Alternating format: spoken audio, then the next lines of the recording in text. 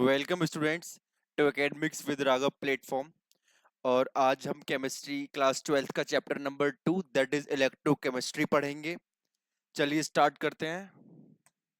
सबसे पहले मैं आपको बताता हूँ कि आज हम कौन कौन से टॉपिक्स कवर करेंगे। तो हम सबसे पहला जो टॉपिक है वो इंट्रोडक्टरी टॉपिक रहेगा, जिसमें मैं आपको बताऊंगा इलेक्ट्रोकेमिस्ट्री के बारे में, इसकी साइंस के बारे में। फिर हम इसके अंदर बात करेंगे इलेक्ट्रोकेमिकल सेल्स की। अब इलेक्ट्रोकेमिस्ट्री वर्ड से पता चलता है कि इलेक्ट्रो और केमिस्ट्री। इलेक्ट्रो का मतलब क्या हुआ? इलेक्ट्रो का मतलब हुआ इलेक्ट्रिसिटी और केमिस्ट्री का मतलब हुआ केमिकल्स। ऑब्वियसली बात है कि जब भी हम केमिस्ट्री की बात करते हैं, जो कि एक साइंस की ब्रांच है, उसके अंदर जिस ब्रांच के अंदर केमिकल्स आते हैं उसी को हम केमिस्ट्री कहते हैं। और उसमें इलेक्ट्रिसिटी को जो पढ़ेंगे वो आज हम इस चैप्टर के अंदर पढ़ेंगे।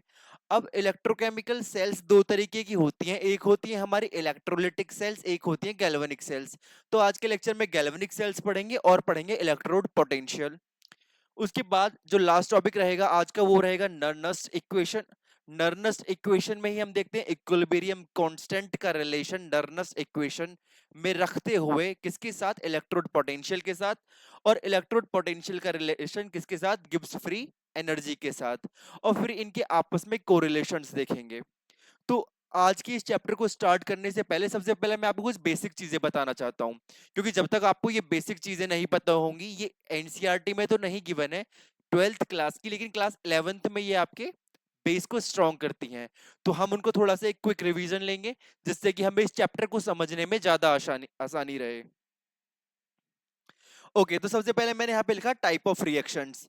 तो मैंने आपको जस्ट जो चैप्टर था, chapter solutions, class 12th chemistry का चैप्टर नंबर 1, उसके अंदर मैंने आपको बताया था कि स्पॉन्टेनियस और नॉन स्पॉन्टेनियस रिएक्शंस के बारे में, जहाँ पे हमने पॉजिटिव और नेगेटिव जो हमारे आइडियल सॉल्यूशंस थे उनके बारे में डिस्कस किया था। वहां पे हमने गिब्स फ्री एनर्जी को डिस्कस किया था। तो हमारी स्पॉन्टेनियस रिएक्शंस कौन सी होती हैं? तो स्पॉन्टेनियस रिएक्शंस वो होती हैं जो जी अपने आप हो जाती हैं। अपने आप हो जाती हैं कैसे? कि हमें किसी एक्सटर्नल स्टिमुलाई की जरूरत नहीं है। हमें किसी एक्सटर्नल स्टिमुलाई की जरूरत नहीं है। एग्जाम्पल के लिए देखो, रस्टिंग ऑफ आयरन मतलब लोहे में जंग लगना। भाई लोहे में जंग लग जाता है तो क्या हमने अपनी तरफ से उसको कुछ फॉर्मेलिटीज होती हैं, कुछ कंडीशन प्रोवाइड करनी होती हैं कि नहीं जी हमें पहले ये चीजें करनी पड़ेंगी तब जाके रस्टिंग ऑफ आयरन होगी? अगर हमारे घर के गेट में जंग लग रहा है, वो हमारा लोहे का गेट है और उसमें जंग लग रहा है, तो क्या हमने जंग लगवाया है? क्या हमने कोई कंडीशन प्रोवाइड करी है उसको? नहीं। वो रिएक्शन कैसी हुई? वो एक तरीके की केमिकल रिएक्शन है और वो अपने आप हो गई। तो रस्टिंग ऑफ आयरन कैसी है? स्पॉन्टेनियस रिएक्शन है। और जो भी स्पॉन्टेनियस रिएक्शन होती है उसकी जो गिब्स फ्री एनर्जी होती है वो नेगेटिव होती है। कैसी होती है गिब्स फ्री एनर्जी? वो नेगेटिव होती है। गिब्स फ्री एनर्जी का कॉन्सेप्ट हम इक्विलिब्रियम के अंदर पढ़ते हैं और इसके अंदर भी आएगा, और आज के लेक्चर में हम उसे कवर करेंगे। तो ये याद रखना है कि जितनी भी यूनिवर्सल स्पॉन्टेनियस रिएक्शन है, ऐसी रिएक्शन जो खुद ब खुद हो जाती हैं, जिन्हें किसी बाहरी कारण की जरूरत नहीं होती होने के लिए, उनको हम कहते हैं स्पॉन्टेनियस रिएक्शंस। क्या कहते हैं? उन्हें हम कहते हैं स्पॉन्टेनियस रिएक्शंस। ठीक है। दूसरी होती है हमारी नॉन स्पॉन्टेनियस रिएक्शंस। दूसरी कौन सी है? Non spontaneous reaction. तो नॉन स्पॉन्टेनियस रिएक्शन में इतनी ताकत ही नहीं है, इतना दम ही नहीं है कि वो अपने आप हो जाएं, जब तक हम उसे कंडीशन प्रोवाइड नहीं करेंगे। तो उनके लिए जो गिब्स फ्री एनर्जी है, जो डेल्टा जी है, वो कैसा होता है? उनके लिए जो डेल्टा जी है वो पॉजिटिव होता है। फिलहाल के लिए तुम्हें इतना याद रखना है कि एक हमारी स्पॉन्टेनियस रिएक्शन होती है, एक हमारी नॉन स्पॉन्टेनियस रिएक्शन होती है। जो स्पॉन्टेनियस रिएक्शन है वो खुद ब खुद हो जाती है, जिनका डेल्टा जी नेगेटिव होता है। जो हमारी नॉन स्पॉन्टेनियस रिएक्शन है, उनको हमें एक्सटर्नल स्टिमुलाई देना पड़ता है, तब जाके वो रिस्पॉन्स में केमिकल रिएक्शन शो करती हैं। ठीक है। अब सेकंड पॉइंट देखो, रेडॉक्स रिएक्शन। रेडॉक्स का मतलब आपको पता होगा कि रेडॉक्स में दो वर्ड का कॉम्बिनेशन है। एक तो होता है रिडक्शन, एक होता है ऑक्सीडेशन। ये हम क्लास 11th के अंदर पढ़ते हैं।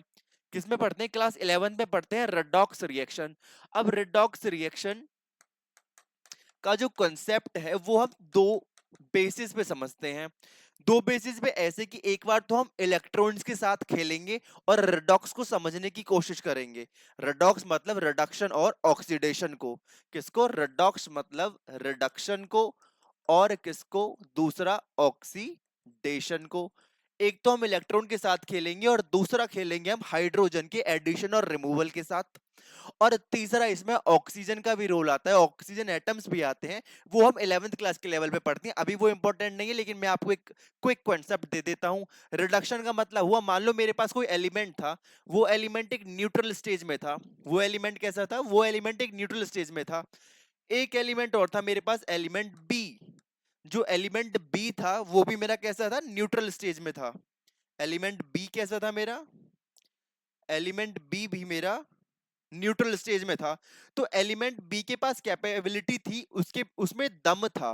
वो कैसा पर्सन है? जो बी पर्सन है वो रिच है, उसके पास ताकत है कि भैया वो अपना इलेक्ट्रॉन किसी और को दे सकता है।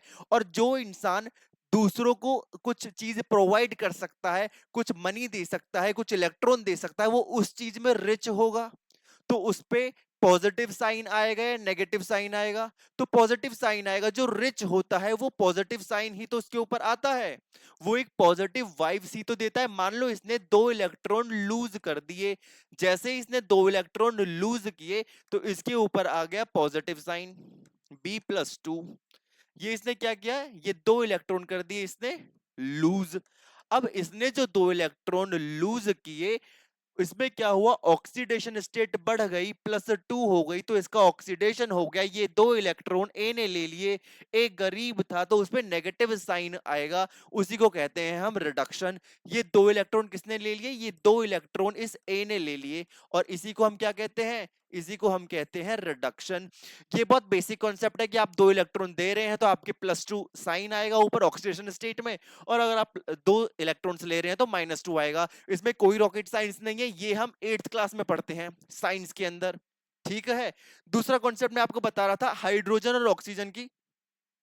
तो रिडक्शन के लिए हम कहते हैं कि अगर आप किसी चीज के अंदर हाइड्रोजन ऐड करते हैं, अगर आप किसी चीज के अंदर हाइड्रोजन एटम को ऐड करते हैं, किसको? हाइड्रोजन एटम को, तो उसे रिडक्शन कहते हैं। या आप किसी एलिमेंट, किसी कंपाउंड, किसी एनायन, किसी कैटायन के अंदर एडिशन करते हैं हाइड्रोजन का, और अगर आप ऑक्सीजन का रिमूवल करते हैं तो उसे भी रिडक्शन ही कहते हैं। तो और क्या होगा? रिडक्शन का जो डेफिनेशन है वो होगा रिमूवल ऑफ ऑक्सीजन एटम। ठीक है। इसका उल्टा जो होता है वो ऑक्सीडेशन के लिए होता है कि जी रिमूवल ऑफ हाइड्रोजन एटम जो होगा वो ऑक्सीडेशन होता है, और addition of what? Oxygen atom जो होगा वो क्या होता है? वो ऑक्सीडेशन होता है। तो अभी आपके जो लेवल पे आपको काम आएगा वो इलेक्ट्रॉन का कंसेप्ट आएगा। रिडक्शन और ऑक्सीडेशन आपको पता होना चाहिए इलेक्ट्रॉन के हिसाब से। ये कंसेप्ट आपको अभी इस चैप्टर में काम नहीं आने वाला है, तो इसको अभी होल्ड पे रखो, जब काम आएगा तब देख लेंगे।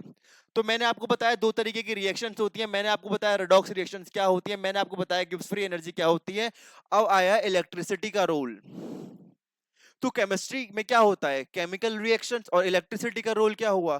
कि हमारी 2 तरीके की केमिकल रिएक्शंस होती हैं। पहली केमिकल रिएक्शन कौन सी? जो अपने आप हो गई, जिन्हें स्पॉन्टेनियस कहा, जिनका डेल्टा जी नेगेटिव था। उन्होंने क्या करा? अपनी केमिकल एनर्जी को इलेक्ट्रॉन रिलीज करे और अपनी केमिकल एनर्जी को इलेक्ट्रिक एनर्जी में कन्वर्ट कर दिया। और दूसरी जो नॉन स्पॉन्टेनियस थी, अपने आप हो ही नहीं रही हैं, जिनका डेल्टा जी पॉजिटिव है, उनको हमें एनर्जी देनी पड़ रही है, उन्हें हमें बिजली, हमें इलेक्ट्रिसिटी प्रोवाइड करनी है पड़ रही है कि लो जी इलेक्ट्रिसिटी लो, और अब आगे प्रोसीड करो, प्रोडक्ट बनाओ। ठीक है, आगे पढ़ते हैं। अब हमारा जो ये चैप्टर है उसमें सबसे पहले डेफिनेशन ये दे रखी है। चैप्टर 2 इलेक्ट्रोकेमिस्ट्री के अंदर क्या डेफिनेशन है? ये डेफिनेशन कहती है कि chemical reactions can be used to produce electrical energy, and conversely electrical energy can be carried out chemical energy reactions that do not proceed spontaneously. मतलब जो रिएक्शन अपने आप हो रही हैं, जो स्पॉन्टेनियस हैं, जिनका डेल्टा जी नेगेटिव है, वो क्या करेंगी? अपनी केमिकल एनर्जी को इलेक्ट्रिकल एनर्जी में कन्वर्ट कर लेंगी। और एक बार इलेक्ट्रिकल एनर्जी का कैसे यूज करेंगे? कि जो रिएक्शन नहीं हो रही हैं उन्हें हम इलेक्ट्रिकल एनर्जी प्रोवाइड करेंगे, और अब वो इलेक्ट्रिकल एनर्जी को कन्वर्ट करेंगी केमिकल एनर्जी के अंदर। इसी बेस पे हम 2 तरीके की सेल्स पढ़ते हैं। अब सेल क्या होता है? तो जिस भी वेसल के अंदर ये रिएक्शंस होती हैं उन्हें सेल कहते हैं। अब हमारी दो सेल होती हैं, एक तो होती है गैल्वेनिक सेल और एक होती है इलेक्ट्रोलिटिक सेल। कौन सी होती है? एक होती है गैल्वेनिक सेल, एक होती है इलेक्ट्रोलिटिक सेल। बस इतना याद रखना कि जो गैल्वेनिक सेल है उसमें वो रिएक्शंस होंगी जो स्पॉन्टेनियस होती हैं। कौन सी रिएक्शंस होंगी? जो स्पॉन्टेनियस होती हैं। तो वो रिएक्शंस हमारी स्पॉन्टेनियस हैं, अपने आप हो रही हैं, उनका डेल्टा जी नेगेटिव है, गिब्स फ्री एनर्जी नेगेटिव है। दो हाफ सेल्स की रिक्वायरमेंट होगी, इस चीज को समझो। यहां भी तुम्हें समझ में आएगी दूसरी रिएक्शंस नॉन स्पॉन्टेनियस है और उनका जी डेल्टा जी जो है वो पॉजिटिव है। अब दोनों ही सेल के अंदर क्या हो रहा होगा? दोनों ही सेल के अंदर रेडॉक्स हो रहा होगा। दोनों सेल के अंदर रेडॉक्स हो रहा होगा कहने का मतलब है कि दोनों ही सेल के अंदर रिडक्शन भी हो रहा होगा और ऑक्सीडेशन भी हो रहा होगा। और कैसे हो रहा होगा? कैसे हो रहा होगा? ये दोनों प्रोसेस साइमल्टेनियसली चल रहे होंगे। साइमल्टेनियसली मतलब पैरेलली चल रहे होंगे। पैरेलली मतलब जब रिडक्शन हो रहा होगा तभी हमारा ऑक्सीडेशन हो रहा होगा। ठीक है। बस ये ध्यान रखना है कि जो हमारी गैल्वेनिक सेल है, ये उसके अंदर जो ये दोनों रिएक्शन है वो अलग अलग कंपार्टमेंट में होती हैं, अलग अलग वेसल में होती हैं। इसलिए यहां हमें दो कंपार्टमेंट की नीड होती है, जिन्हें कहते हैं दो हाफ सेल्स। क्या कहते हैं? Two half cells. वहीं मैं बात करूं इलेक्ट्रोलिटिक सेल की, जिसके अंदर इलेक्ट्रोलिसिस होता है, उसके अंदर हमें सिर्फ एक सेल की रिक्वायरमेंट होगी। ठीक है। अब ये भी बड़ा कॉमन है और मैं तुम्हें बता चुका हूं कि गैल्वेनिक सेल जो अपने आप हो रही है वो केमिकल एनर्जी को इलेक्ट्रिकल एनर्जी में कन्वर्ट करेगी। और जो इलेक्ट्रोलिटिक सेल है जिसमें हमें एनर्जी देनी पड़ रही है, हमें करंट पास करवाना पड़ रहा है कि हम करंट पास करवा रहे हैं।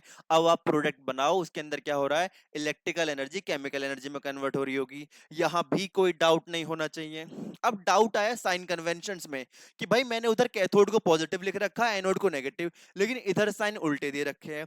तो एक लेमन लैंग्वेज में बात करूं कि एक जो बेसिक नॉलेज है किसी भी ह्यूमन को, उसको पता होता है कि जो एनोड होती है वो नेगेटिव होती है और जो कैथोड होती है वो पॉजिटिव होती है। लेकिन being a science stream student आपको पता होना चाहिए कि ये चीजें कंडीशनल है। ऐसा हमेशा यूनिवर्सल ट्रुथ नहीं है कि आपकी कैथोड हमेशा पॉजिटिव होगी और एनोड नेगेटिव होगी। आपकी इलेक्ट्रोलिटिक सेल इलेक्ट्रोलिसिस के अंदर जब आप सॉल्यूशन को एनर्जी प्रोवाइड कर रहे हैं, उसके अंदर करंट पास करा रहे हैं, तो आपके जो ये कन्वेंशन साइंस हैं वो कैसे हो जाएंगे? वो रिवर्स हो जाएंगे। आपकी कैथोड नेगेटिव हो जाएगी और एनोड पॉजिटिव हो जाएगी। अब ये भी समझेंगे आगे जब हम इलेक्ट्रोलिटिक सेल्स की बात करेंगे। अभी सिर्फ आप ऊपर से देखो कि जो मैं आपको ग्रॉस नॉलेज बता रहा हूं, जो मैं आपको जो आपका टॉपिक है उसे समझाने की कोशिश कर रहा हूं, उसमें एंट्री कराने की कोशिश कर रहा हूं कि आपका माइंड उसमें एंटर करे। पहले आप ग्रॉस नॉलेज देखो, ये आया कैसे वो मैं आपको आगे अगले लेक्चर्स में बताता हूं। अब यहाँ पे हम बात करते हैं इलेक्ट्रोलिटिक सेल की। भाई इलेक्ट्रो से तुम्हें समझ में आ रहा इलेक्ट्रो से तुम्हें समझ में आ रहा है कि क्या है? इलेक्ट्रिसिटी। और लिटिक से तुम्हें समझ में आ रहा है क्या है? जी लिसिस है। तो करवाना क्या है? टूटन हो रही है, टूट रहे हैं। जब हमने क्या प्रोवाइड करा है? जब हमने इलेक्ट्रिकल एनर्जी प्रोवाइड करी है तो टूट रहे हैं। क्या टूट रहे हैं? आयंस टूट रहे हैं। और आयंस तोड़ने के बाद, टूटने के बाद रेडॉक्स रिएक्शन शो कर रहे हैं। ये हमारे इस डायग्राम के अंदर बता रखा है और इसी के अराउंड पूरी केमिस्ट्री घूमती है इस चैप्टर की, जिसका नाम है इलेक्ट्रोकेमिस्ट्री। आगे चलते हैं। अब इसमें सबसे पहले जो हम आज शुरू करेंगे और आज जो हम पढ़ेंगे वो गैल्वेनिक सेल्स हैं। कौन सी सेल है? आज जो हम स्टार्ट करेंगे वो है गैल्वेनिक सेल। तो देखते हैं गैल्वेनिक सेल। ठीक है। देखो जैसे जैसे मैं तुम्हें एक लेमन लैंग्वेज में बताता चलूं, तुमको सिर्फ ध्यान देना है, चीजों को एब्जॉर्ब करने की कोशिश करनी है। मैं कोशिश करूंगा कि इस डायग्राम में जो एक एक चीज है उसे तुम्हें सही से बता सकूं। सिर्फ तुम्हें जो मैं बोल रहा हूं उस पर ध्यान देना है और डायग्राम को देखते हुए चलना है। ठीक है। स्टार्ट करते हैं। क्या तुम्हें इस डायग्राम के अंदर इलेक्ट्रोड दिख रही हैं? इलेक्ट्रोड का मतलब समझते हो? तुमने कोई भी मेटल्स की दो स्ट्रिप ले ली। मेटल की, मान लो तुमने एक तरफ एल्यूमिनियम ले लिया, तुमने एक तरफ क्या ले लिया? तुमने एक तरफ आयरन ले लिया। उनकी दो मेटल स्ट्रिप्स, मान लो ये पेन की तरह आपने दो स्ट्रिप्स ले ली, एक लोहे की ले ली, एक एल्यूमिनियम की ले ली। तो उन्हीं को हम क्या कहेंगे? इलेक्ट्रोड कहेंगे। ठीक है। तो क्या हमें इलेक्ट्रोड दिख रही हैं? बिल्कुल हमें इलेक्ट्रोड दिख रही हैं। एक तरफ किसकी इलेक्ट्रोड दे रखी है? जिंक की। और एक तरफ दे रखी है कॉपर की इलेक्ट्रोड। अब तुम्हारे मन में आएगा कि तुमने जिंक और कॉपर ही क्यों लिया? तो जो मैं पढ़ा रहा हूं, जो मैं बता रहा हूं, वो एनसीईआरटी के अकॉर्डिंग है। एनसीईआरटी टेक्स्ट बेस्ड है पूरा। तो एनसीईआरटी में एज इट इज दे रखा है कि सबसे पहले आपको इलेक्ट्रोड एक लेनी है जिंक की, एक इलेक्ट्रोड लेनी है कॉपर की। दिख रहा है आपको डायग्राम के अंदर? बिल्कुल दिख रहा है। ठीक है, आगे चलते हैं। अब क्या किया है कि इन दोनों इलेक्ट्रोड्स को सॉल्यूशन के अंदर डुबाया है, सॉल्यूशन के अंदर डिप किया है। अब तुम कहो जी किसका सॉल्यूशन? तो सॉल्यूशन उन्हीं का लिया है जिनकी उन्होंने इलेक्ट्रोड ली है। इधर की साइड जिंक की इलेक्ट्रोड थी तो इधर जिंक के सॉल्ट का सॉल्यूशन लिया है, जिंक सल्फेट। इधर कॉपर की इलेक्ट्रोड थी तो इधर कॉपर के सॉल्ट का सॉल्यूशन लिया है, क्या? Copper sulphate. तो क्या इतना समझ में आ रहा है? क्या इतने समझ में आ रहा है कि हमने इधर ले ली है जिंक सल्फेट और इधर ले ली है कॉपर सल्फेट? ठीक है जी, हमें पता चला सॉल्यूशन लिया है। अब आता है एक्सटर्नल सर्किट। एक्सटर्नल सर्किट, अब आप कहोगे इस डायग्राम में एक्सटर्नल सर्किट कहां दिख रहा है? तो क्या दोनों इलेक्ट्रोड को एक वायर से कनेक्ट नहीं कर रखा है? क्या वो वायर बाहर नहीं है? क्या वो पानी के अंदर, क्या वो सॉल्यूशन के अंदर आ रहा है? क्या वो वेसल के अंदर आ रहा है? नहीं आ रहा ना। तो एक्सटर्नल हमने उसे कनेक्ट किया है वायर से दोनों इलेक्ट्रोड्स को, तो इसी को तो कह रहे हैं एक्सटर्नल सर्किट। अभी ध्यान मत दो कि यहाँ नेगेटिव क्यों, यहाँ पॉजिटिव क्यों। जितना बता रहा हूं उतना देखो। क्या समझ में आ रहा है एक्सटर्नल सर्किट क्यों कहा है? क्योंकि हमने एक वायर से दो इलेक्ट्रोड को कनेक्ट कर दिया है। ठीक है जी, हमें पता चला एक्सटर्नल सर्किट क्या है। अब है जी इसमें सॉल्ट ब्रिज दे रखा है। क्या दे रखा है? Salt bridge. ब्रिज से क्या मतलब समझते हो? भाई दो किनारों को मिलाने वाला, दो किनारों, दो बैंक ऑफ रिवर्स को मिलाने वाला। तो क्या यहाँ पे जो ब्रिज है, ये जो ब्रिज बन रहा है तुम्हारा, ये कैसा है? क्या ये दोनों सॉल्यूशंस को मिला नहीं रहा है?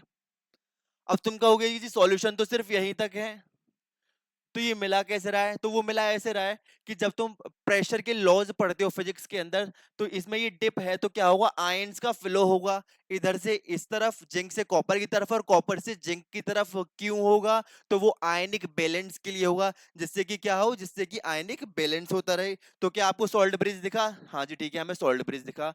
अब आता है साइन कन्वेंशन। Sign convention. तो साइन, अब तुम कहोगे जी साइन कैसे लिया? यहाँ नेगेटिव क्यों लिया, यहाँ पॉजिटिव क्यों लिया? जिंक के ऊपर नेगेटिव क्यों लिया, कॉपर के ऊपर पॉजिटिव क्यों लिया? कॉपर के ऊपर तुमने नेगेटिव क्यों नहीं लिया? तो उसके लिए आता है हमारा इलेक्ट्रोड पोटेंशियल। पोटेंशियल का मतलब समझते हो? पोटेंशियल पावर होती है और इलेक्ट्रोड पोटेंशियल है, तो इलेक्ट्रोड की पावर है। तो इलेक्ट्रोड पोटेंशियल का मतलब हुआ कि हर इलेक्ट्रोड की पावर होती है, हर इलेक्ट्रोड के पास एक शक्ति होती है कि वो चाहे, दो तरीके की पावर होती है कि वो चाहे तो इलेक्ट्रॉन लूज कर सकती है, वो चाहे तो इलेक्ट्रॉन गेन कर सकती है। ठीक है। और अभी मैंने जस्ट आपको पहले बताया है कि इलेक्ट्रॉन अगर लूज हो रहा है, इलेक्ट्रॉन अगर कोई दे रहा है, तो उसे ऑक्सीडेशन कहते हैं। और किसी की इस पावर की बात करें कि किसमें ज्यादा दम है इलेक्ट्रॉन देने का, तो उसे कहेंगे ऑक्सीडेशन पोटेंशियल। और अगर इसी पावर की मैं बात करूं, जब सॉल्यूशन के अंदर एक मोलर सॉल्यूशन, एक मोलर कंसंट्रेशन हो और टेम्परेचर 298 केल्विन ले लूं, तो उसी को कहेंगे स्टैंडर्ड ऑक्सीडेशन पोटेंशियल। समझ में आता है? तो यहाँ पे क्या है, यहाँ पे इलेक्ट्रोड पोटेंशियल देखते हैं किसमें ज्यादा ताकत है ऑक्सीडाइज होने की, ऑक्सीडेशन करने की। क्या अभी मैंने तुम्हें बताया था ऑक्सीडेशन क्या होता है? बिल्कुल बताया था कि भैया इलेक्ट्रॉन लूज करने की पावर जिसकी ज्यादा हो उसे कहते हैं कि उसका, हमारा ऑक्सीडेशन पोटेंशियल ज्यादा है। तो यहाँ पे जो जिंक की इलेक्ट्रोड है उसका ऑक्सीडेशन पोटेंशियल बहुत ज्यादा है, किस इलेक्ट्रोड से? कॉपर से। अब तुम कहोगे जी ये कैसे पता? तो ये साइंटिफिक बेस्ड जो है फैक्ट है, होता है वो कैलकुलेटेड है। इसमें कोई साइंस नहीं है, इसमें कोई फॉर्मूले लगा के आंसर नहीं आएगा। वो जिंक का ऑक्सीजन पोटेंशियल ज्यादा होता है, मतलब ज्यादा होता है, इतना समझो। तो क्या आप जिंक क्या करेगा? जिंक इलेक्ट्रॉन लूज करेगा। तो जिंक इस वाले वेसल में क्या करेगा? जिंक करेगा इलेक्ट्रॉन लूज। तो जिंक का इलेक्ट्रोड है, उसने इलेक्ट्रॉन लूज करेगा, तो जिंक पहले है सॉलिड स्टेट में, जब वो इलेक्ट्रोड पर है जिंक करेगा दो इलेक्ट्रॉन लूज, तो उस पर +2 चार्ज आ जाएगा, दो इलेक्ट्रॉन लूज कर दिए। तो ये क्या हुआ? ये ऑक्सीडेशन ही तो हुआ। क्या हुआ? ये ऑक्सीडेशन ही तो हुआ। ये जिंक का ऑक्सीडेशन ही तो हो रहा है, ये जिंक इलेक्ट्रॉन लूज ही तो कर रहा है। अभी तुम्हें जस्ट बताया था, अभी तुम्हें मैंने फर्स्ट स्लाइड में बताया था कि ऑक्सीडेशन क्या होता है। ऑक्सीडेशन जब कोई इलेक्ट्रॉन लूज करता है उसी को ऑक्सीडेशन कहते हैं। और चूंकि यहाँ पर जिंक ने इलेक्ट्रॉन्स को लूज किया तो वही तो उसका ऑक्सीडेशन है। अब क्योंकि उसकी मैं बात करूं वोल्टेज की, पोटेंशियल की, तो उसका जो वोल्टेज होगा यहाँ पे क्या होगा, उसे तो ऑक्सीडेशन पोटेंशियल कहेंगे। अब हुआ क्या कि जिंक क्या करेगा, जिंक इलेक्ट्रॉन लूज करेगा और जिंक जो है वो अपनी इलेक्ट्रोड से सॉल्यूशन के अंदर आना शुरू हो जाएगा। आएंगे ना जिंक के आयन। आयन कहाँ प्रेजेंट होते हैं, या तो एक्वस फॉर्म में प्रेजेंट होते हैं या मोल्टन स्टेट में। तो जब वो जिंक आयन बन गया तो क्या वो इलेक्ट्रोड पे सरवाइव कर पाएगा, नहीं कर पाएगा। इलेक्ट्रोड पे वो सरवाइव कर नहीं सकता और वायर के थ्रू आयन्स फ्लो करते नहीं, तो आएगा कहाँ, सॉल्यूशन में आएगा। तो होगा क्या, जिस बीकर के अंदर जिंक सल्फेट था उसके अंदर Zn प्लस आयन 2 की कंसंट्रेशन और ज्यादा बढ़ेगी। और जिस सेल के अंदर ऑक्सीडेशन हो रहा है उसे ऑक्सीडेशन हाफ सेल कहते हैं। क्या कहते हैं उसे, ऑक्सीडेशन हाफ सेल। तो समझ में आया ऑक्सीडेशन हाफ सेल इसे क्यों कहा, ऑक्सीडेशन हाफ सेल। ठीक है। चलो अब आपको इतना समझ में तो आ गया कि जी जिंक ने इलेक्ट्रॉन लूज करे और जिंक आयन जो थे वो कहाँ आ गए, सॉल्यूशन में हमारे जिंक आयन आने लगे। लेकिन इलेक्ट्रॉन कहाँ गए, तो इलेक्ट्रॉन चलेंगे वायर के थ्रू, एक्सटर्नल सर्किट में वायर के थ्रू इलेक्ट्रॉन चलेंगे ऊपर की तरफ। जब यहाँ पे इलेक्ट्रॉन डिपॉजिट होंगे तो क्या यहाँ पे नेगेटिव चार्ज बढ़ नहीं जाएगा, इलेक्ट्रॉन नेगेटिवली चार्ज होता है तो क्या वो इलेक्ट्रॉन नेगेटिवली चार्ज नहीं हो जाएगी, तो क्या ये मेरी इलेक्ट्रॉन नेगेटिवली चार्ज नहीं हो जाएगी, तो क्या जो इलेक्ट्रॉन नेगेटिवली चार्ज होती है उसे एनोड नहीं कहते हैं, एनोड ही तो कहते हैं नेगेटिवली चार्ज इलेक्ट्रोड को। तो बन तो गई एनोड। पता चल गया ना जिंक टूटने के बाद जिंक आयन कहाँ गए, सॉल्यूशन में आ गए, इलेक्ट्रॉन कहाँ गया, वायर में ऊपर चला गया और यहाँ पे नेगेटिव पोटेंशियल डेवलप कर दिया। और उस पोटेंशियल को क्या कहेंगे, ऑक्सीडेशन पोटेंशियल। अब क्या हुआ, अब ये इलेक्ट्रॉन इधर की तरफ आना शुरू करेंगे कॉपर की तरफ, तो इलेक्ट्रॉन आ गए हमारे यहाँ, इलेक्ट्रॉन आ गए हमारे नीचे की तरफ कॉपर की तरफ। तो जब मेरे इलेक्ट्रॉन नीचे की तरफ आ रहे हैं तो कॉपर आयन जो है, अब कॉपर कॉपर इलेक्ट्रोड है तो कॉपर तो इलेक्ट्रॉन लेगा नहीं, इलेक्ट्रॉन कौन लेगा, Cu2 प्लस आयन। वो कॉपर सल्फेट सॉल्यूशन के अंदर क्या मेरे कॉपर आयन नहीं है, 2 प्लस साइन क्या डिनोट कर रहा है, 2 प्लस साइन बता रहा है कि उसके पास 2 इलेक्ट्रॉन की कमी है।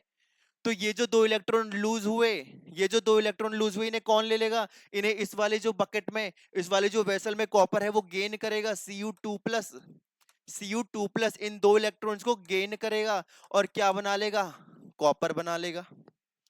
क्या बना लिया, कॉपर बना लिया। तो भैया जब Cu2 प्लस ने 2 इलेक्ट्रॉन गेन करके कॉपर बना लिया और कॉपर हमारा सॉल्यूशन में एग्जिस्ट नहीं कर सकता तो कॉपर कहाँ जाएगा, कॉपर हमारा इलेक्ट्रोड पे जाकर के बैठता रहेगा, कॉपर हमारा इलेक्ट्रोड पे जाके बैठेगा। और अब इलेक्ट्रोड की गिरथ बढ़ेगी, इलेक्ट्रोड मोटी होनी शुरू हो जाएगी क्योंकि कॉपर डिपॉजिट हो रहा है सॉल्यूशन में से जाकर के कहां पर, कॉपर इलेक्ट्रोड पर। लेकिन जिंक की इलेक्ट्रोड कैसी है जिंक की इलेक्ट्रोड श्रिंक करेगी, पतली होती चली जाएगी क्योंकि क्या हो रहा है, वहां से तो जिंक आयन सॉल्यूशन में आ रहे हैं, यहाँ से कॉपर आयन उल्टे सॉल्यूशन से इलेक्ट्रोड पे जा रहे हैं। वहां जिंक आयन का क्या हो रहा है, जिंक आयन का ऑक्सीडेशन हो रहा है, यहाँ कॉपर आयन का रिडक्शन हो रहा है। ठीक है। तो यहाँ पे जो चार्ज आएगा वो पॉजिटिव चार्ज आएगा, कैसा चार्ज आएगा, पॉजिटिव। यहाँ आया मेरा नेगेटिव चार्ज, तो क्या इनके बीच में एक पोटेंशियल डेवलप नहीं हो जाएगा, उसी पोटेंशियल को तो सेल पोटेंशियल कहते हैं, उसी पोटेंशियल को तो इलेक्ट्रोड पोटेंशियल कहते हैं।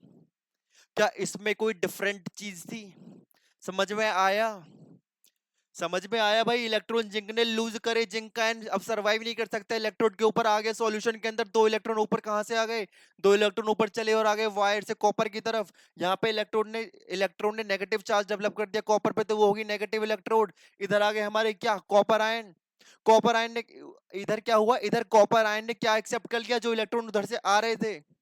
तो क्या हुआ, कॉपर डिपॉजिट होता चला गया इलेक्ट्रोड पे, इसी को कहते हैं इलेक्ट्रोड पोटेंशियल। और इलेक्ट्रोड पोटेंशियल की वैल्यू क्या हो जाएगी, इलेक्ट्रोड पोटेंशियल की वैल्यू हो जाएगी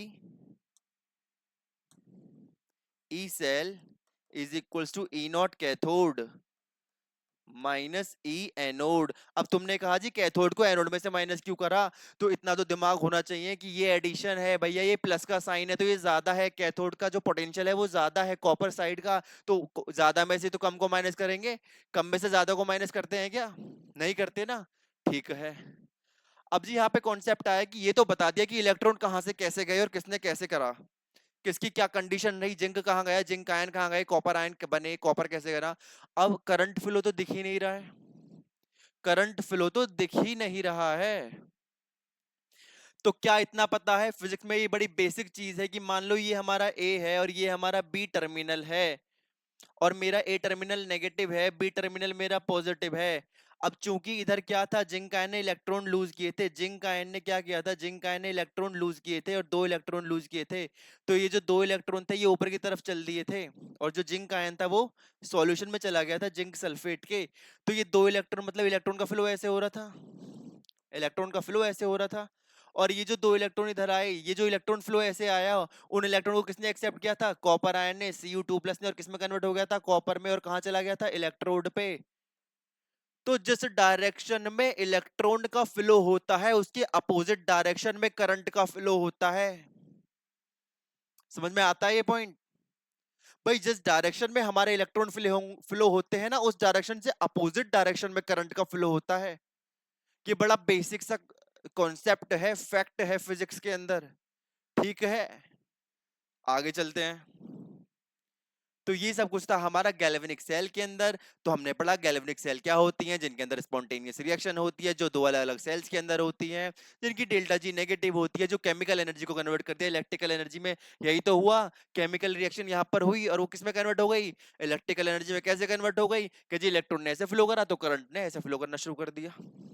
ठीक है, ठीक है, आगे चलते हैं। अच्छा यहाँ पे एक चीज और याद रखो कि मैं अभी आपको बता रहा हूँ बार बार सेल पोटेंशियल, सेल पोटेंशियल, तो एक चीज आती है standard cell potential, standard cell potential, standard electrode potential. अब देखो हर चीज में ना एक स्टैंडर्ड चीज ली जाती है, एक स्टैंडर्ड जो है मतलब एक बेस लिया जाता है, कि कहीं कल को कुछ अटक जाए किसी एलिमेंट में कुछ, तो हम उसको बेस मानते हुए क्वेश्चन को सॉल्व करते हैं।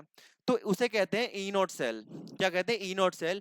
अब वो भी हमारा वोल्टेक और गैल्वेनिक सेल जो कि जिंक और कॉपर की है उसी के लिए डिफाइंड है। कितना आता है, 1.1 वोल्ट आता है। जब मैंने जिंक और कॉपर आयन का जो कंसंट्रेशन है वो कितना लिया है, यूनिटी लिया है, मतलब 1 मोलर लिया है। इतना तो पता होगा, 1 मोलर का मतलब तुम्हें पता होना चाहिए, क्योंकि तुम सॉल्यूशंस, मैं समझता हूं कि तुम सॉल्यूशंस के लेक्चर देखने के बाद ही यहाँ आए हो। ठीक है, आगे चलते हैं। अब देखो बड़ा ही इजी सा इसका एक, इसको हमने फर्दर क्या किया है, एक्सपेंड कर दिया है। कि अभी मैंने आपको ये समझाया था, अभी मैंने आपको ये दो हाफ सेल समझाई थी। ठीक है, तो मैंने आपको बताया था कि भाई जब आपने जिंक की इलेक्ट्रोड ली, जब आपने जिंक सल्फेट का सॉल्यूशन लिया, जब आपने कॉपर की इलेक्ट्रोड ली, कॉपर सल्फेट का सॉल्यूशन लिया, तो जो एक इलेक्ट्रोड पोटेंशियल डेवलप हो रहा था वो 1.1 वोल्ट हो रहा था। अब एक और फिजिक्स में बड़ा इजी कॉन्सेप्ट आता है, वो ये है, मान लो मेरे पास दो टर्मिनल हैं, मान लो मेरे पास दो टर्मिनल है, terminal A to terminal B.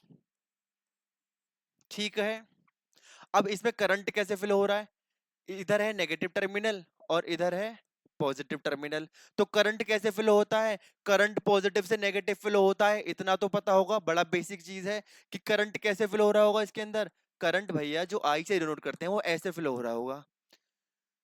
ठीक है, अब मान लो इसकी इनकी दोनों के बीच में जो पोटेंशियल है वो कितना है, 1.1 वोल्ट है। अब मैं चाहता हूं कि करंट जो ऐसे फ्लो हो रहा है वो ऐसे अपोजिट होने लगे, जो करंट ऐसे आ रहा है वो ऐसे जाने लगे। तो उसके लिए मुझे इधर पॉजिटिव करना पड़ेगा, इधर नेगेटिव करना पड़ेगा।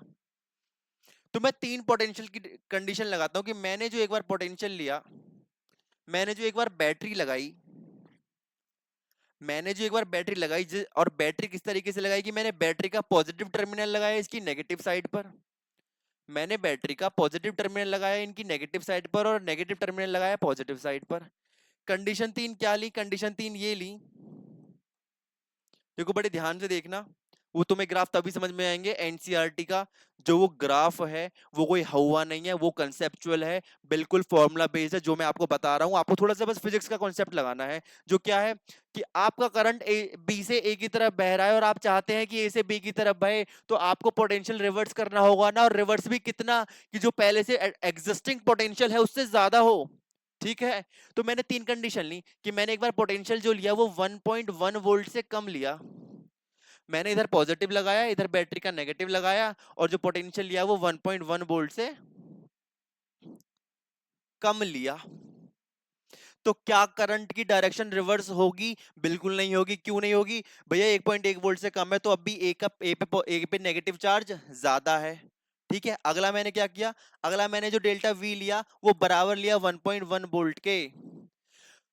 तो इतना पता होगा कि ये बैटरी का पॉजिटिव टर्मिनल, ये बैटरी का नेगेटिव टर्मिनल, और यहाँ पे मैंने कनेक्ट कर दिया नेगेटिव टर्मिनल और ये पॉजिटिव टर्मिनल, और दोनों में मैंने अगर 10 वोल्ट की बैटरी लगा दी, टर्मिनल्स अपोजिट है, तो क्या ये बैटरी का जो इफेक्ट है वो एक दूसरे के इफेक्ट को काट नहीं देगा? अब इसमें कोई करंट फ्लो नहीं होगा।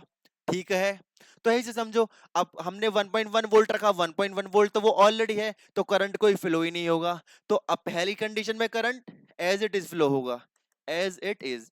दूसरी कंडीशन में no flow of current, current का कोई फ्लो ही नहीं होगा। और एक बार मैंने डेल्टा वी जो वो लगा दिया मोर देन,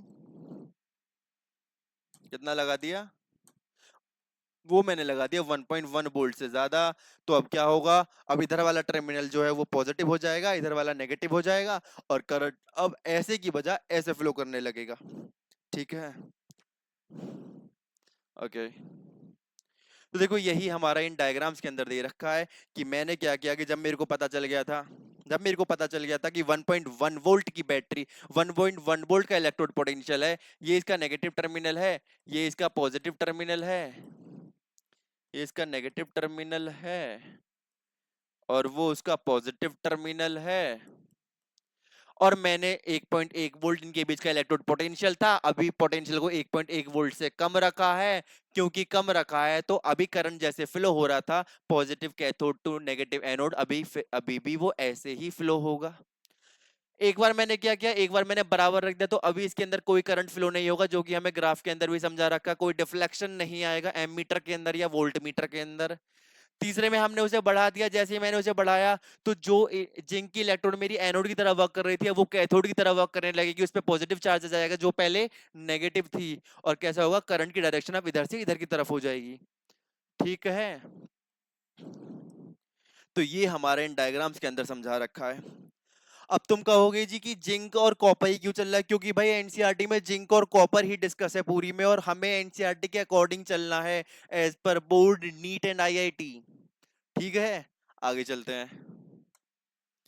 अब अभी तक जो मैंने आपको समझाया, ठीक है, तो आपको लगा होगा कि मैंने बहुत जल्दी समझा दिया, तो ये आपकी एनसीईआरटी में टेक्स्ट दे रखा है जहां आपको बता रखा है सारी चीजें।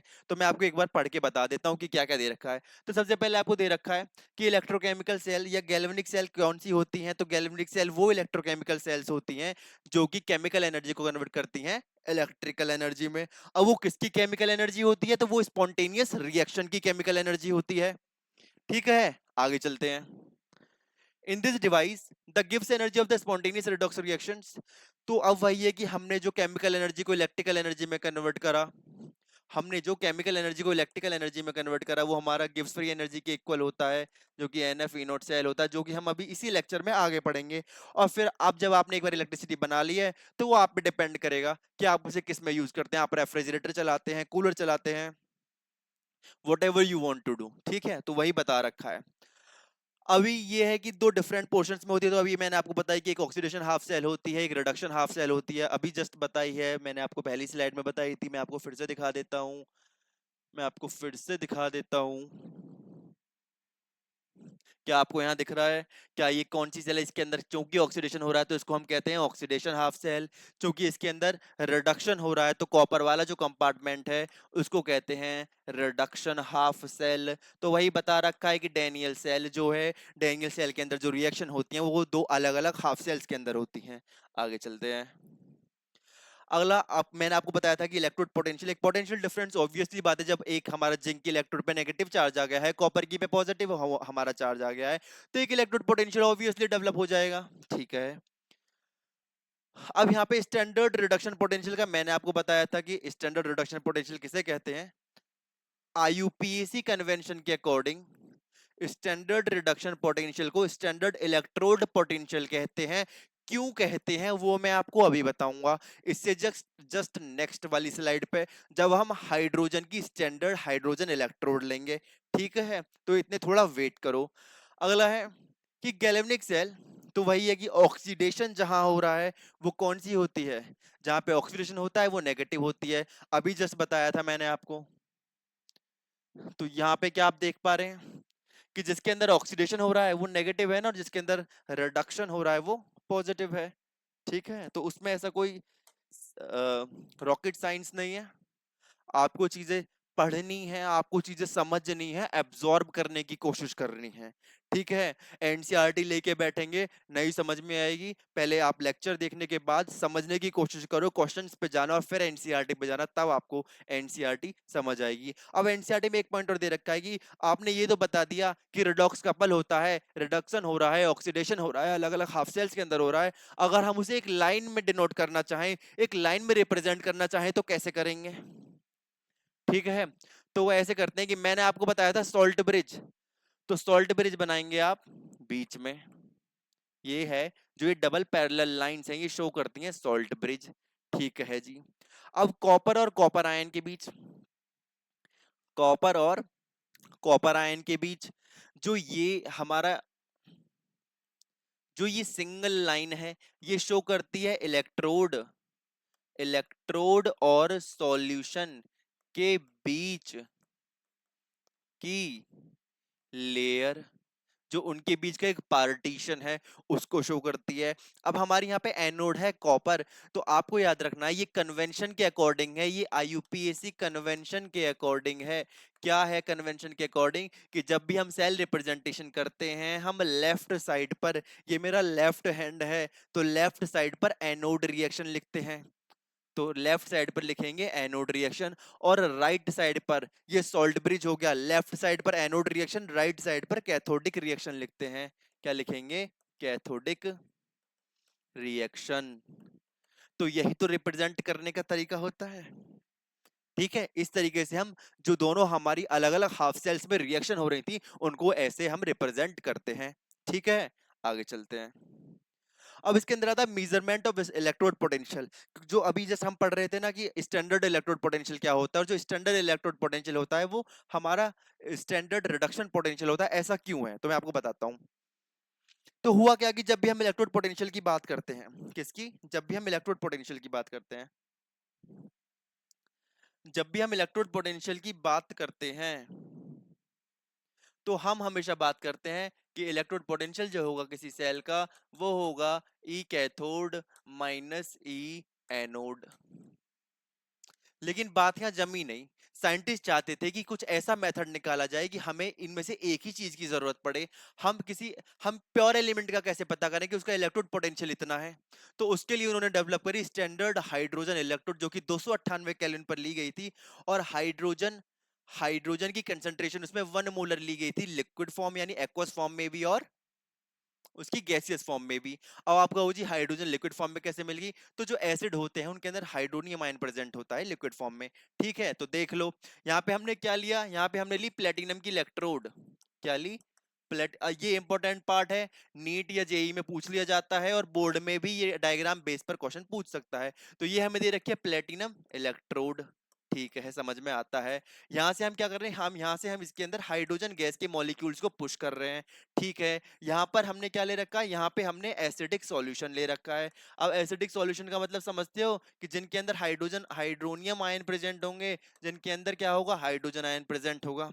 समझ में आता है। तो आप क्या कर रहे हैं, आपने एक ऐसा सॉल्यूशन लिया 1 मोलर का जो एसिडिक था, जिसके अंदर H पॉजिटिव आयन प्रेजेंट थे, आपने एक प्लेटिनम की इलेक्ट्रोड ली, उससे अपने हाइड्रोजन के गैसियस पार्टिकल नीचे पुश करे और उनके बबल बन रहे हैं। तो उस कंडीशन में क्या होता है, जो सेल की,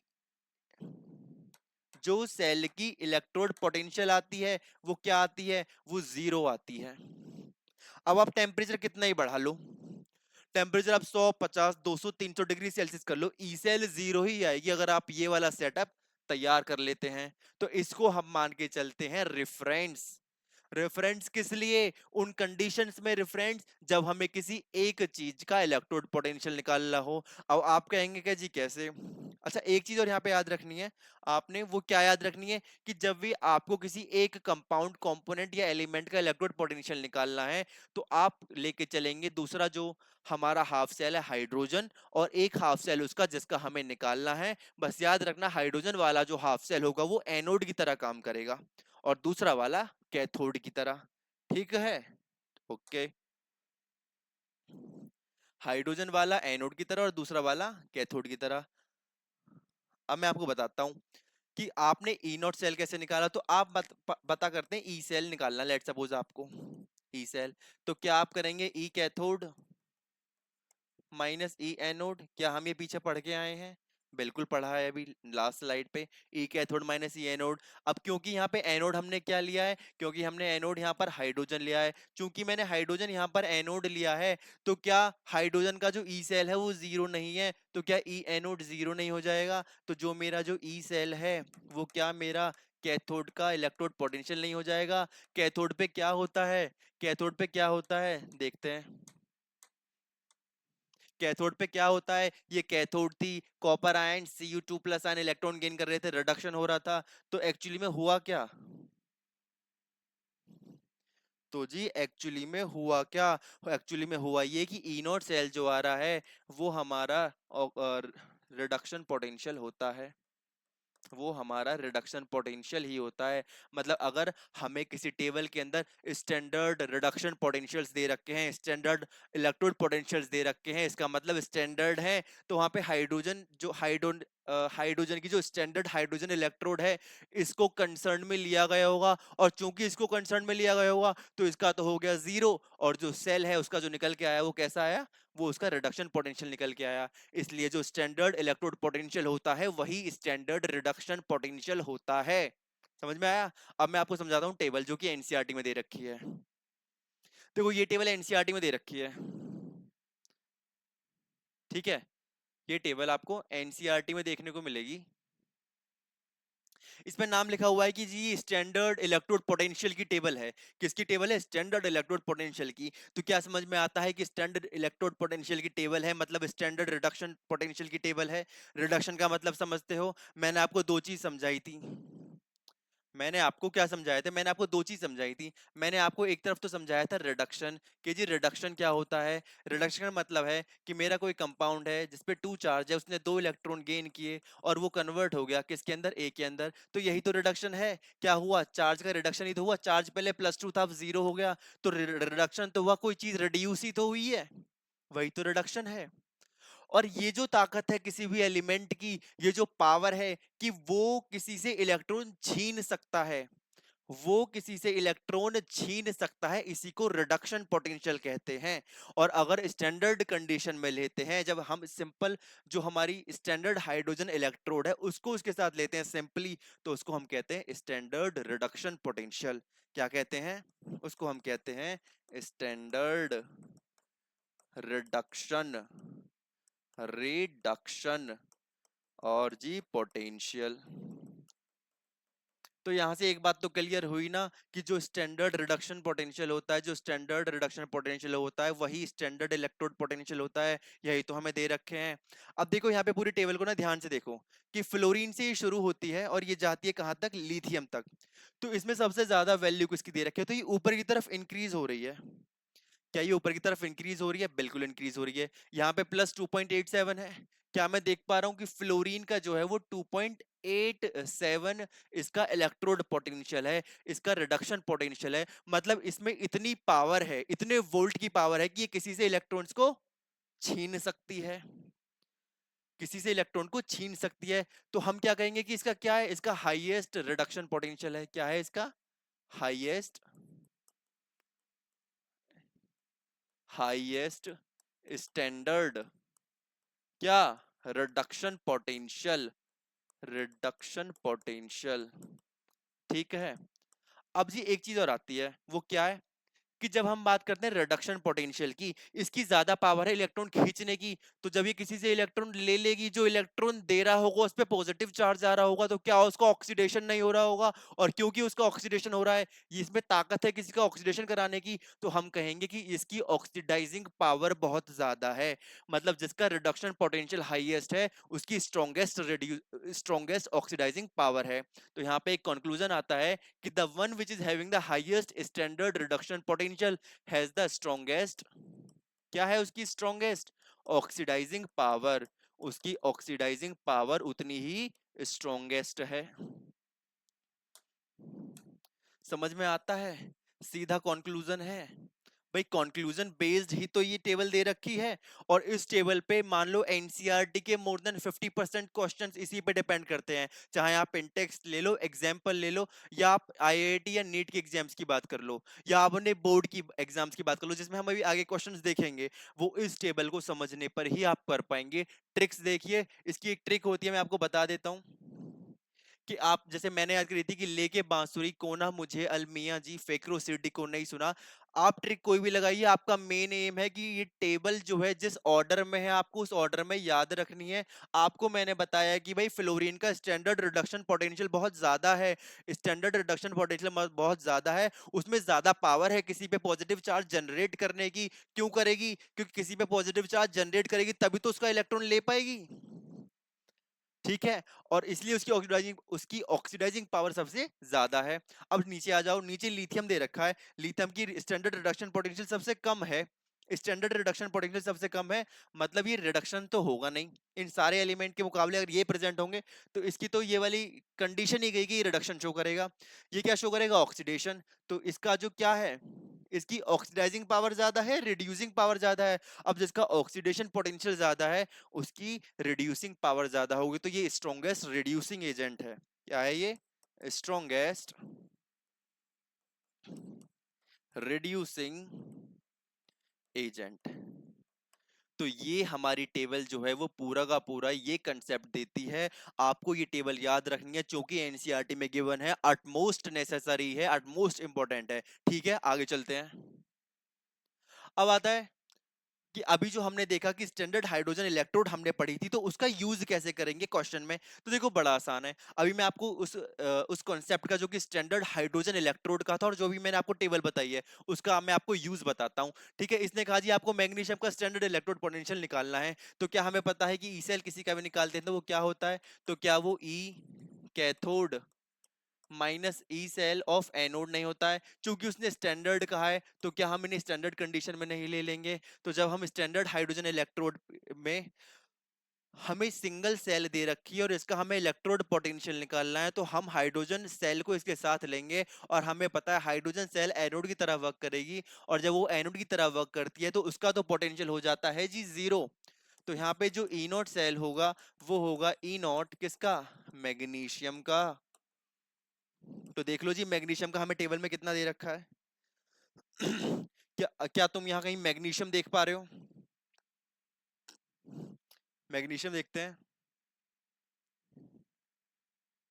देखो, ये दे रखा मैग्नीशियम।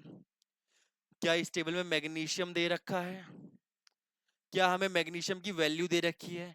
कितनी वैल्यू दे रखी है? -2.36। बस इस टेबल में हमें वैल्यू याद रखनी है, और वैल्यू आप 10-15 की याद रखना, 10 ऊपर वाले 10 नीचे वाले, ज्यादा भी नहीं करना, तो 5-5 आपके उससे काम चल जाएगा। ठीक है, तो मैग्नीशियम की वैल्यू उठा करके यहाँ रख देंगे। कितनी वैल्यू आ रही है? -2.36। रख दो इस क्वेश्चन में वैल्यू, रख दो जी मैग्नीशियम की वैल्यू। मैग्नीशियम की वैल्यू मैंने रख दी, कितनी आ रही थी? -2.36 वोल्ट। तो यही तो हमारा इसका ई नॉट सेल हो जाएगा, यही तो हमारा इसका ई नॉट सेल हो जाएगा। बस ये था इस क्वेश्चन में। ठीक है, क्या क्या किया आपने? आपने कंसेप्ट यूज किया कि जो ई नॉट सेल होता है वो E not cathode minus E naught anode होता है स्टैंडर्ड कंडीशंस में। और जब सिंगल सेल का पूछा है तो एक कॉन्सेप्ट लगाया कि स्टैंडर्ड हाइड्रोजन इलेक्ट्रोड का यूज करेंगे। और जब स्टैंडर्ड हाइड्रोजन इलेक्ट्रोड का यूज करा तो आपको पता होता है कि वो वर्क करेगी एनोड की तरह, और एनोड का जो ई नॉट सेल होगा उस इलेक्ट्रोड का वो जीरो होगा। तो यहाँ पे आपने वैल्यू रखी उससे निकाल के टेबल से, और आपका आंसर आ गया। आगे चलते हैं। आगे आपसे कह रहा है कि क्या हम कॉपर सल्फेट के सॉल्यूशन को इकट्ठा कर सकते हैं जिंक पॉट के अंदर? मतलब ये जो मेरा पॉट है, ये जो आपका पॉट है, ये जिंक का है। किसका है ये पॉट? ये पॉट जो है वो जिंक का है। ठीक है जी, चलो मान लिया जिंक का है। ठीक है, फिर आपको क्या कह रहा है, ये वो कह रहा है कि क्या आप इसके अंदर कॉपर सल्फेट का सॉल्यूशन इकट्ठा कर सकते हो, क्या मैं इसके अंदर कॉपर सल्फेट का सॉल्यूशन भर सकता हूँ। तो आप कहेंगे क्यों नहीं भर सकते भाई, जब वो पॉट है तो भर सकते हो, वो कहीं बाहर नहीं जाएगा, कहीं उड़ेगा नहीं। ठीक है जी, भर लिया, आपकी बात मान ली, कॉपर सल्फेट का सॉल्यूशन भर लिया। लेकिन क्या आपको पता है कि जिंक क्या करेगा। क्या मैं इस वाले टेबल को देखें हम, इस वाले टेबल को फिर से देखते हैं। तो क्या कहीं आपको जिंक दिख रहा है इसमें, ये रहा इसमें जिंक, ये रहा जिंक का जो स्टैंडर्ड रिडक्शन पोटेंशियल है वो कितना है, -0.76। ठीक है, क्या कॉपर दिख रही है, बिल्कुल ये रही कॉपर, कॉपर का कितना है 0.34। तो अब या तो जिंक का समझ लो या कॉपर का समझ लो। कॉपर की क्या, कॉपर का 0.3, कॉपर का रिडक्शन पोटेंशियल ज्यादा है, कॉपर के पास ज्यादा पावर है क्या करने की, किसी से इलेक्ट्रॉन छीनने की। तो क्या कॉपर वहां कंडीशन में है इलेक्ट्रॉन छीनने की, बिल्कुल है, क्योंकि कॉपर वहां किस फॉर्म में है, कॉपर वहां CuSO4 की फॉर्म में है, मतलब कॉपर यहाँ Cu+2 की तरह प्रेजेंट है, तो कॉपर को 2 इलेक्ट्रॉन की जरूरत है। ठीक है, वहीं नीचे देख लो रिडक्शन ऑक्सीडेशन पोटेंशियल जो है जिंक का, वो -0.76 है। ठीक है, तो कॉपर क्या करेगी, अपने रिडक्शन पोटेंशियल का इस्तेमाल करेगी, अपनी पावर का इस्तेमाल करेगी कि मेरे पास रिडक्शन पोटेंशियल ज्यादा है, पावर ज्यादा है। और जिंक इस चीज का फायदा उठाएगा, जिंक क्या करेगा, जिंक कॉपर से कहेगा कि कॉपर सल्फेट से अब तुम बाहर जाओ। तो क्या होगा, Cu2+, यहाँ किसकी फॉर्म में प्रेजेंट है, Cu2+ की में, इसके क्या करेगा, जिंक से 2 इलेक्ट्रॉन गेन करेगा और कन्वर्ट हो जाएगा कॉपर में। और कॉपर कॉपर सल्फेट सॉल्यूशन से बाहर किसकी फॉर्म में, सॉलिड की फॉर्म में। ठीक है, और क्या होगा, जो हमारा जिंक है वो सॉल्यूशन में अंदर एंटर कर जाएगा। जिंक क्या करेगा, जिंक जिंक सल्फेट के सॉल्यूशन में एंटर कर जाएगा। With due respect to time के साथ क्या होगा, जिंक साइड से इसका जो बर्तन है वो गलने लगेगा और जिंक सल्फेट का सॉल्यूशन बनता रहेगा, कॉपर बाहर नीचे बैठती रहेगी बॉटम में। और विद ड्यू टाइम क्या होगा, ये पूरा गल जाएगा और सॉल्यूशन बाहर निकल जाएगा। इसलिए हम कॉपर सल्फेट को इकट्ठा नहीं कर सकते जिंक के पॉट के अंदर। ठीक है, ये क्वेश्चन था, ये आपका एनसीईआरटी टेक्स्ट क्वेश्चन है। आगे चलते हैं। आगे आता है आपका नर्नस्ट इक्वेशन क्या होता है। तो नर्नस्ट इक्वेशन, अभी तक जो हम गैल्वेनिक सेल पढ़ते आ रहे हैं, अभी तक जो हम गैल्वेनिक सेल पढ़ते आ रहे हैं, उसमें जो एक स्टैंडर्ड कंडीशन होती है जो मैंने आपको बताई, कि स्टैंडर्ड कंडीशन क्या थी कि आपने अलग अलग हाफ सेल्स का इलेक्ट्रोड पोटेंशियल निकाला था। कैसे निकाला था, स्टैंडर्ड हाइड्रोजन इलेक्ट्रोड को लेके। लेकिन अब आता है कि आप नॉर्मल, अगर आपको ई सेल का इलेक्ट्रोड पोटेंशियल निकालना है तो आप कैसे निकालेंगे। तो उसमें हम नर्नस्ट इक्वेशन की बात करते हैं। लेट सपोज मैंने एक इक्वेशन ली कि मेरे पास Mn पॉजिटिव था, इसने n इलेक्ट्रॉन गेन किए और ये बन गया M। ठीक है, मेरे पास एक M एलिमेंट था, M मेटल था, उस पे n पॉजिटिव चार्ज था, n इलेक्ट्रॉन इसने गेन किया और वो M बन गया। तो इसमें जो ई सेल का फॉर्मूला होगा वो होगा E cell is equals to, इस एलिमेंट का जो स्टैंडर्ड पोटेंशियल है वो E not cell minus R, जो कि होता है gas constant, T temperature in kelvin, जिस टेम्परेचर पर ये रिएक्शन प्रोसीड कर रही है, एन जितने नंबर ऑफ इलेक्ट्रॉन्स इन्वॉल्व हैं इस रिएक्शन के अंदर, एफ इज फेरड। एफ क्या होता है, फेरड। एफ क्या होता है, फेरड। अब फेरड जो होता है वो फेरड कांस्टेंट होता है, वो मैं आपको बताऊंगा जब इलेक्ट्रोलिसिस बताऊंगा, इलेक्ट्रोलिसिस पढ़ाऊंगा कि फेरड का फॉर्मूला या फेरड का जो वैल्यू है वो हम कैसे ड्राइव करते हैं। ठीक है, एनएफ यहाँ पे लगाएंगे, नेचुरल लॉग और वैल्यू आ जाएगी किसकी, जो प्रोडक्ट का कंसंट्रेशन है वो ऊपर। ठीक है जी, लगा दिया। जो रिएक्ट का कंसंट्रेशन है वो, रिएक्टेंट का कंसंट्रेशन है वो नीचे लगा दिया। रिएक्टेंट क्योंकि आयनिक फॉर्म में तो एक्वस फॉर्म में होगा, ये सॉलिड फॉर्म में है। जब भी कोई चीज हमारी सॉलिड फॉर्म में होती है उसकी कंसंट्रेशन नर्नस्ट इक्वेशन के अंदर ली जाती है यूनिटी। कितनी ली जाती है, यूनिटी, दैट इज 1, रख दो वैल्यू। आ जाएगा हमारा नर्नस्ट इक्वेशन का फॉर्मूला, जो कि आएगा E cell is equals to E not cell, E cell is equals to E not cell minus R T over N F, natural log 1 upon M N positive की concentration. ये Nernst equation होती है। अब याद रखना, ये Nernst equation मैंने drive करी है एक सिंगल हाफ सेल के लिए। और ये हो क्या रहा है, ये कौन सी हाफ शेल है, ये रिडक्शन हाफ शेल है। कौन सी शेल है, ये रिडक्शन हाफ शेल है, रिडक्शन हाफ सेल। ठीक है, यहां तक कोई दिक्कत नहीं होनी चाहिए। आगे चलते हैं। अब आपने कहा जी, आपने वो तो समझा दिया कि एक सिंगल सेल का, लेकिन हम अभी तक zinc copper zinc copper zinc copper की बात कर रहे हैं, तो जिंक कॉपर के लिए नर्नस्ट इक्वेशन ड्राइव करके दिखाओ। तो एनसीईआरटी में एक लेंथी वे दे रखा है, लेकिन हम सीधे चलेंगे शॉर्ट ट्रिक के ऊपर, और जिससे हमें आसानी से समझ में आए।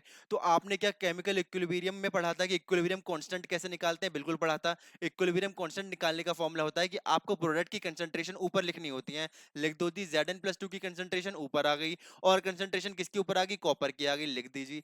नीचे आपको लिखनी होती है रिएक्टेंट की कंसंट्रेशन, लिख दो कि क्या है रिएक्टेंट की कंसंट्रेशन? जिंक। जिंक किस फॉर्म में है? सॉलिड में। यहाँ कॉपर किस फॉर्म में है? सॉलिड में है। जिंक आयन किस फॉर्म में? एक्वस फॉर्म में। यहाँ कॉपर आयन आ जाएंगे Cu+2, किस फॉर्म में? एक्वस फॉर्म में। अभी मैंने आपको जस्ट पीछे बताया है, क्या बताया है कि जब भी कोई सॉलिड फॉर्म में होता है उसकी जो कंसंट्रेशन है वो यूनिटी आ जाती है। तो क्या इन दोनों की कंसंट्रेशन यूनिटी नहीं आ जाएगी जो कि सॉलिड फॉर्म में है? तो क्या मेरा जो केसी है, मेरा जो केसी है वो Zn+2 ओवर Cu+2 नहीं आ जाएगा? लगा दो नर्नस्ट इक्वेशन का फॉर्मूला।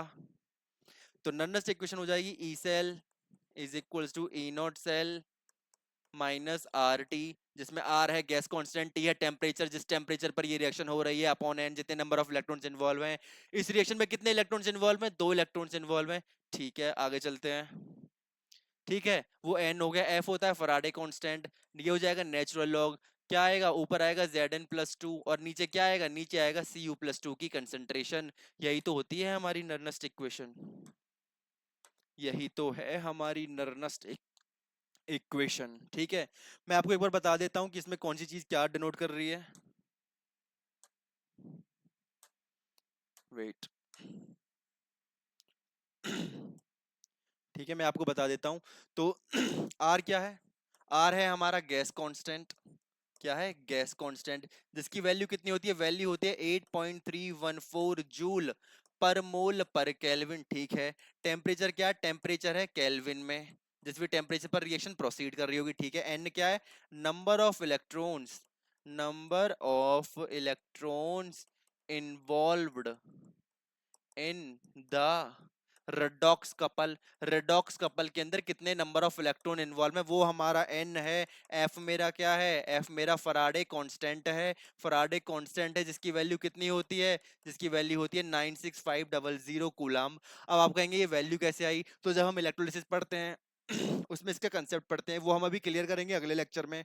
और यहाँ पे आपकी Zn+ion2 की कंसंट्रेशन और Cu+2 आयन की कंसंट्रेशन, ये हमारा नर्नस्ट इक्वेशन का फॉर्मूला आ जाता है। ठीक है, इस पे बेस्ड न्यूमेरिकल देखते हैं। चलिए। अब आता है equilibrium constant from Nernst equation. मैंने आपको जिस पिछले वाले पेज पे बताया है, क्या बताया है? मैंने आपको बताया था कि इक्विलिब्रियम कांस्टेंट क्या, जब इस रिएक्शन ने इक्विलिब्रियम अटेन कर लिया तो क्या इक्विलिब्रियम कांस्टेंट की वैल्यू ये नहीं आएगी? क्या नर्नस्ट इक्वेशन के अंदर भी Zn+2 Cu2+ नहीं आता है? तो क्या मैं इसके अंदर इस वैल्यू की जगह क्या मैं Kc लिख सकता हूं? क्या मैं Kc लिख सकता हूं? यही तो इक्विलिब्रियम कांस्टेंट का डेरिवेशन है नर्नस्ट इक्वेशन से। यही तो इक्विलिब्रियम का कांस्टेंट है, डेरिवेशन है नर्नस्ट इक्वेशन से। तो क्या उसमें साइंटिफिक या फिर कुछ अलग से चीजें थी? बिल्कुल नहीं थी। क्या था वो देखते हैं। सबसे पहले था इधर E cell is equals to E not cell minus R T over N F natural log Zn+2 की कंसंट्रेशन ओवर Cu+2 की कंसंट्रेशन। अब मैं आपको एक बार इक्वेशन लिख के दिखाता हूँ। इक्वेशन में क्या था कि यहाँ पे Zn था सॉलिड फॉर्म में, यहाँ पे कॉपर था आयनिक फॉर्म में, एक्वस फॉर्म में। यहाँ पे जिंक कन्वर्ट हो गया किस में? Zn+2 में, जो कि हो गई एक्वस फॉर्म, और यहाँ पे कन्वर्ट हो गया कॉपर, जो कि किस फॉर्म में है? सॉलिड फॉर्म में। ठीक है, अब यहाँ पे क्या हुआ? यहाँ पे हुआ जी इक्विलिब्रियम अटेन, क्योंकि जब तक इक्विलिब्रियम अटेन नहीं होगा, इक्विलिब्रियम कांस्टेंट कैलकुलेट ही नहीं कर पाओगे, तो करवा दिया जी इक्विलिब्रियम अटेन। क्या हो गया? यहाँ हो गया इक्विलिब्रियम अटेन। जैसे ही इक्विलिब्रियम अटेन हुआ तो रिएक्शन के अंदर क्या होगा? जो रेट ऑफ फॉरवर्ड रिएक्शन है वो रेट ऑफ बैकवर्ड रिएक्शन के बराबर हो जाएगा। जो रेट ऑफ फॉरवर्ड रिएक्शन है वो बराबर हो जाएगा रेट ऑफ बैकवर्ड रिएक्शन के। ठीक है। अब कोई करंट फ्लो नहीं होगा एट इक्विलिब्रियम। क्या होगा? At equilibrium. इक्विलिब्रियम पर क्या होगा? नो करंट विल फ्लो, कोई करंट फ्लो नहीं करेगा। क्योंकि इक्विलिब्रियम पर कोई करंट फ्लो नहीं करेगा तो उसका जो ई सेल है, ई नॉट सेल नहीं, ई सेल जीरो हो जाएगा। तो क्या जीरो इज इक्वल टू, मैंने इसकी वैल्यू रख दी यहाँ, तो zero is equal to E not cell minus R T over N F natural log K C. Equilibrium constant नहीं आया क्योंकि के सी क्या है? केसी हमारा यही तो है, जेड एन प्लस टू की concentration over C U plus two की कंसंट्रेशन। अगर अब ये समझ में नहीं आ रहा तो इक्विलिब्रियम का लेक्चर देख कर आओ। ठीक है, ये पूरा उसका कॉन्सेप्ट है। आगे चलते हैं। तो ये रहा हमारा। अब इस इक्वेशन को क्या करना है? आपने इस इक्वेशन को बस सॉल्व करना है, कर दो।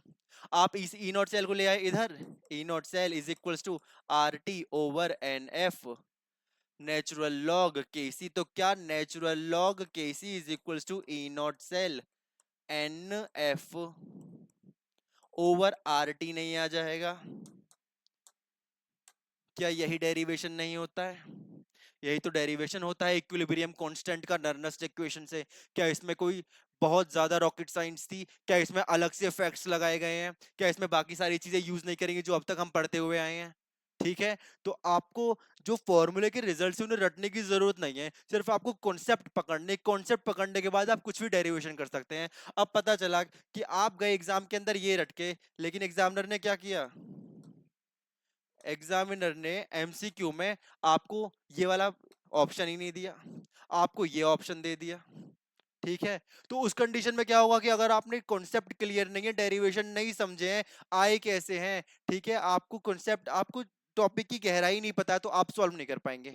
तो रटने की कोशिश मत करना कि ये मैंने रट नहीं रखा है कि ऐसे आंसर ला के रख दिया। मैंने आपको बताया है कैसे आया है, और इसमें कोई रॉकेट साइंस नहीं है, बहुत ही आसान है, सिंपल है। बस चीजों को पकड़ने की कोशिश करो। बार बार लेक्चर को देखो, एक बार 1x की स्पीड पे, अगली बार 1.5x की स्पीड पे। जितनी बार तुम आवाज को सुनोगे, जितनी बार तुम अपनी आंखों से इन चीजों को देखोगे, उतनी ज्यादा तुम्हें समझ आएगा। ठीक है, आगे चलते हैं।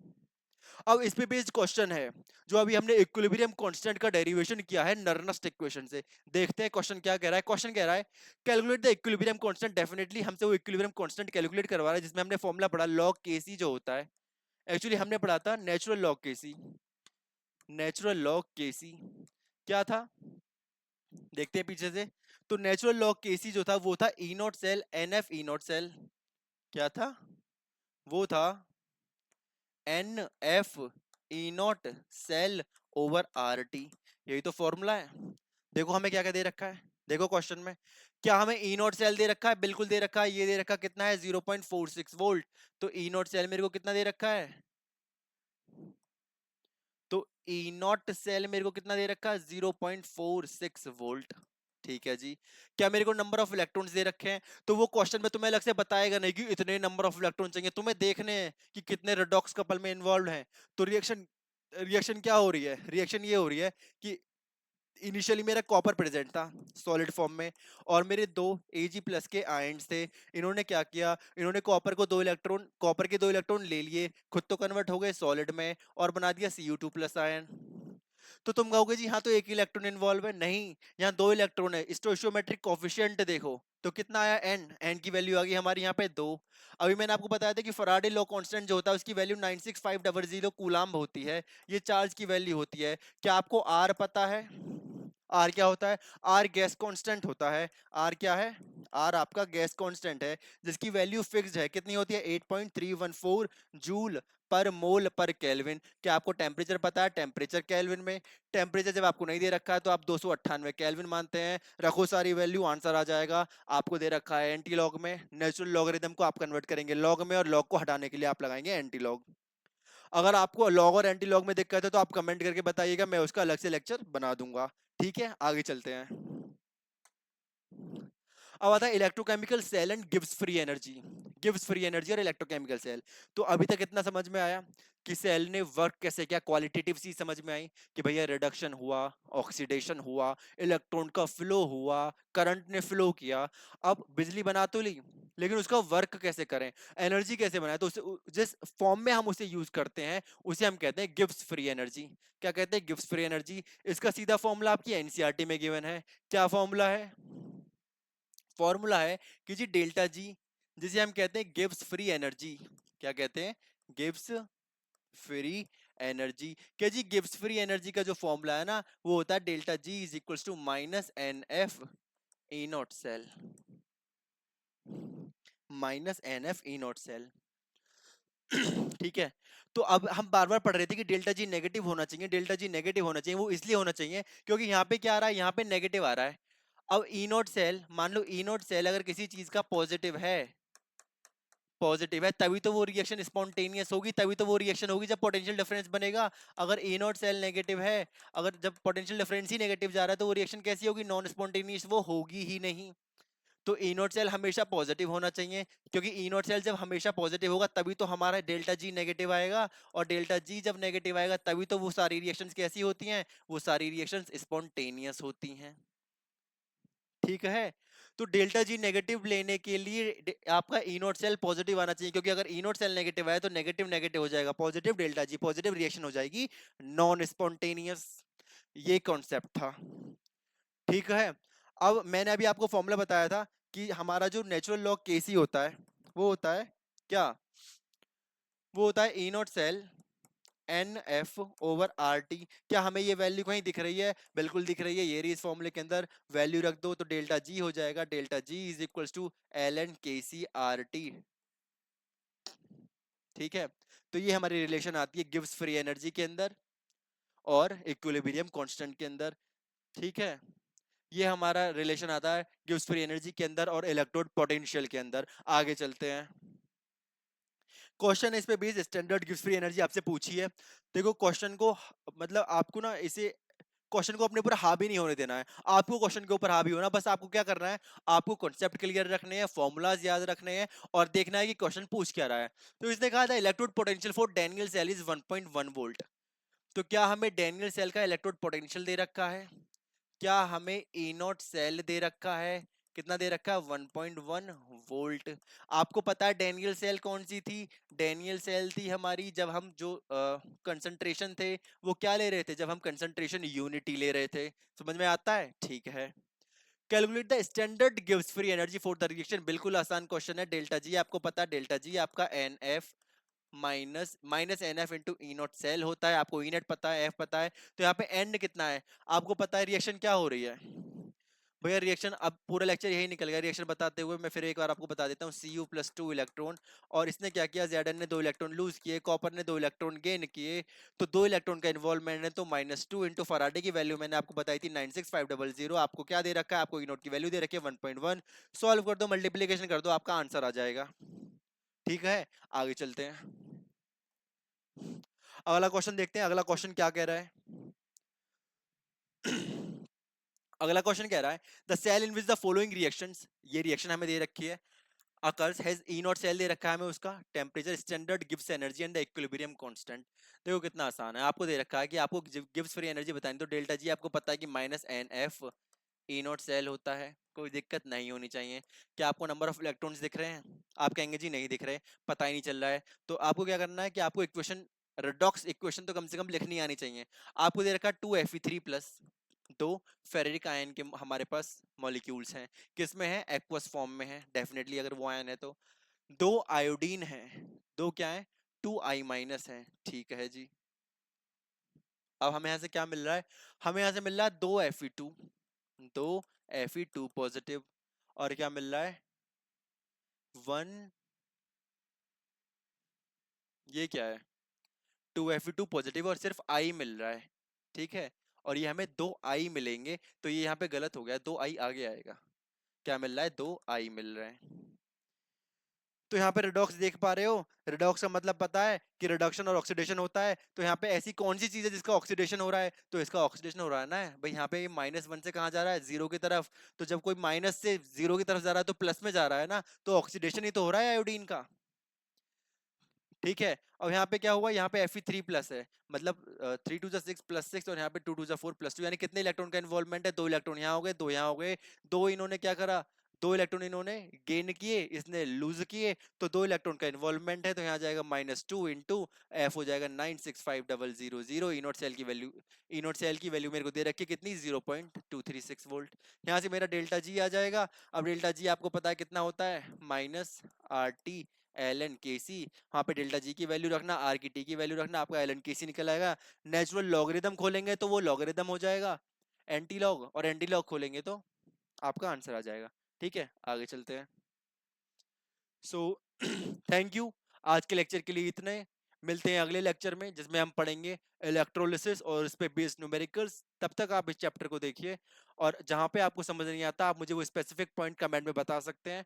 मैं उस पॉइंट्स को स्पेसिफिकली किसी लेक्चर के थ्रू या जब भी टाइम मिलेगा मैं उस पे लेक्चर डाल दूंगा। Thank you and have a nice day.